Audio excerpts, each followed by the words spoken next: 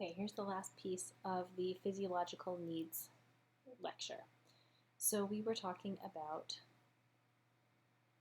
the role of culture in eating behavior. So we talked about what you eat, when you eat, how you eat.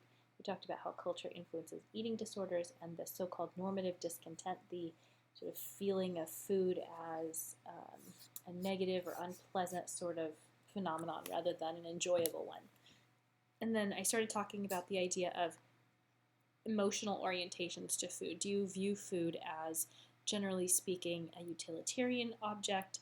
Do you view food as an enjoyable thing? Do you view food as an enemy? There are cultural differences even among developed Western cultures. Consider a wedge of brie cheese.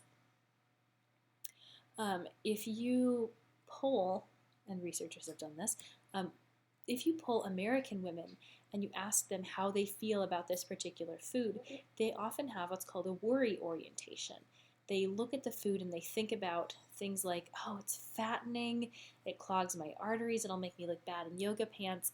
They feel anxious about the food instead of feeling excited about it. On the other hand, women from France have a very different reaction to the same exact stimulus. They have a pleasure orientation. They will report focusing on the rich taste and the creamy texture. They might have some sort of social components to it. How nice would it be to sit down after a meal and share a nice wedge of brie with a friend, right? So this is really, really important. American women tend to view, this is of course not universal, but American women tend to view things like this as a threat. It's something to be feared, it's something to be worried about, whereas French women think of food as a pleasurable activity, which is probably a healthier thing so that we can eat it in moderation rather than avoid, avoid, avoid, and then binge. Now, let's think for one more little piece here about the role of culture in our eating behavior. So imagine I have this superfood. It's an animal-based food. It's high protein, high mineral, low fat. It's plentiful, locally raised. You don't have to import it from long distances away. It's an environmentally friendly food. It doesn't harm the environment the way that beef or pork or to a lesser extent chicken can be harmful. It's a free-range, antibiotic-free, humanely raised animal. It's cheap to raise. It's cheap to buy. Very cost-effective. Wouldn't you be interested in this superfood? Probably most of us would say, yeah, that sounds great. That sounds like the perfect solution to the world's food-based crisis, right? That we're having methane gases from cow farts basically heating up our planet and causing damage. So what do? Well, we try this new superfood. It happens to be cockroaches. I'm guessing that many people who now think of this as, and I'm not making this up, cockroaches do in fact have they do have all of the characteristics that I just said. Cockroach farming is a growing industry in China, according to a recent LA Times article. According to a recent LA Times article, dried cockroaches sell for up to $20 a pound. They're increasingly used as a source of food, it's funny because actually other countries around the world have been eating insects in various forms for thousands of years. Places as widely distributed as Colombia, Thailand, Guatemala, Australia, China. There are all these places all over the world that eat insects, but we don't. Even though it has been, here in the US, some people suggest that cockroach milk is the next superfood. It's great for you. People who eat it say they enjoy it, that it's crunchy, that it has a nice texture, but we overwhelmingly think, yuck, no way am I going to eat that. That's repulsive, right? So I want to close with a video. I'll open it here in a moment here. It's a National Geographic video. It's about 4 minutes long called Would You Eat This?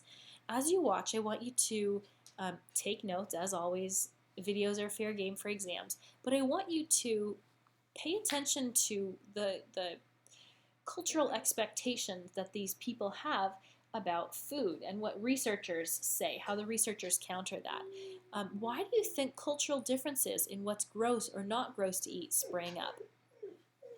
So here we go. I will also say that for class today, I bought some chocolate-covered crickets and a scorpion lollipop. Unfortunately, I can't bring them to class because I'm not here, but I will try to remember to bring them to class on Friday, so those people who are interested in having one of these delicacies can sure go ahead. And I will say they are expensive here in the United States. So if we start to see an increase in insect consumption, get on that bandwagon early because you're getting it on the ground floor. So here is the video, if I can get it to load. Okay, what would you eat?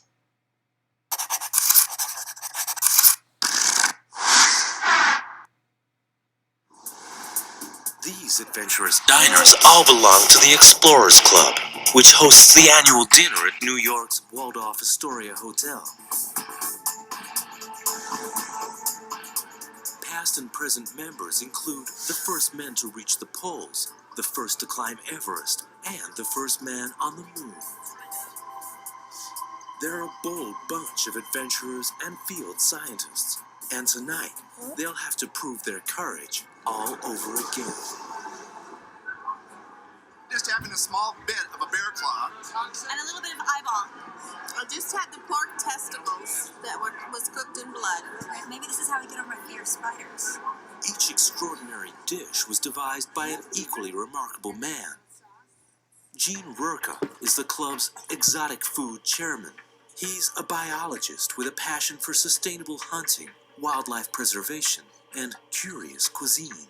This has been going on for well over 100 years. The club is now 103 years of age. It's their 103rd dinner. No one has dropped dead at an Explorers Club function. But keep in mind, these are unusual foods. And I think the Heimlich maneuver might be a good thing to practice. The maggots will come in on Friday. Each event takes 2 years to plan. Exotic animals, living and dead, frozen and fresh, are purchased from around the world. Eventually, they all arrive at Gene's farm in Somerset, New Jersey. I think we have 60 plus items. The insects, of course, are some of the more popular. We have the cockroaches and the tarantulas. We have turtle for turtle soup. We have rattlesnake. We have some organ meats, kidneys, and we have a duck tongue again this year. In short, Gene sources animals and animal parts that we in the West rarely eat. Often enough, we don't even think of them as food. Gene hopes to push tonight's dinner guests outside their food comfort zone.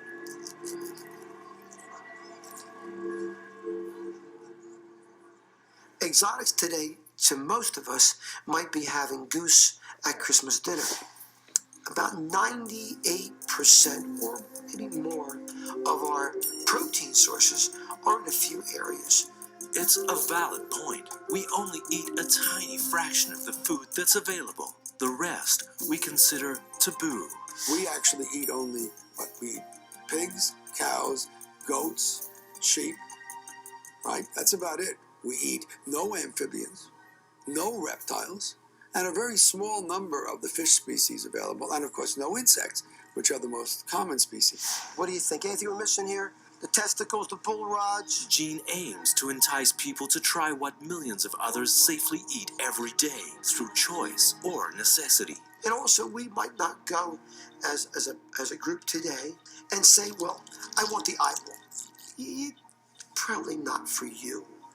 But when you don't have great hunting, great protein sources, possibly the eye, you wouldn't want to waste it. Tonight's menu include a past club favorite, the Madagascar hissing cockroach. It's hard to believe we could savor something we'd normally step on. People really have enjoyed them. It's an eye catcher, very healthy, again, non-fattening. Like many insects, the hated roach has 3 times the protein, ounce for ounce, of chicken. and tastes like shrimp.